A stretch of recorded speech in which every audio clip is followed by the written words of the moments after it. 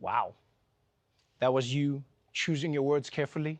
This isn't a place, with all due respect, like Iraq or Afghanistan. This is a relatively civilized, relatively European, I have to choose those words carefully too, city where you wouldn't expect that or hope that it's going to happen.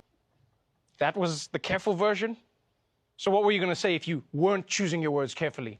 I just hope the next time this happens, it happens back in the Middle East where it belongs. A lot of people on TV didn't expect a war like this to happen in, let's say, certain neighborhoods. This is not a developing third world nation. This is Europe. These are prosperous middle-class people. These are not people trying to get away from areas in North Africa.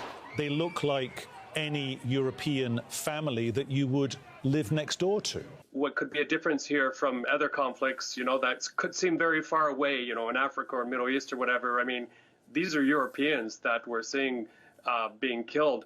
Here's the thing, people. Here's the thing. Beyond the racism, right? Like, let's forget the racism. Oh, how I wish we could forget about the racism.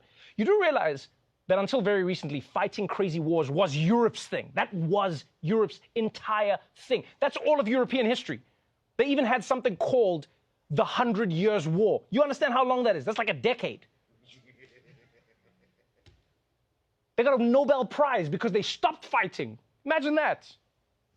Now people are going to be like, oh, to see this in Europe, to see this. Like, I'll tell you now, I don't know about you, but I was shocked to see how many reporters around the world, by the way, seem to think that it's more of a tragedy when white people have to flee their countries. Because I guess what, the darkies were built for it? I mean, you see how they run in the Olympics, Peter. Clearly God has given them this talent for a reason. I totally agree. I mean, even if this wasn't a war, these people would probably be fleeing their homes for fun. It's just...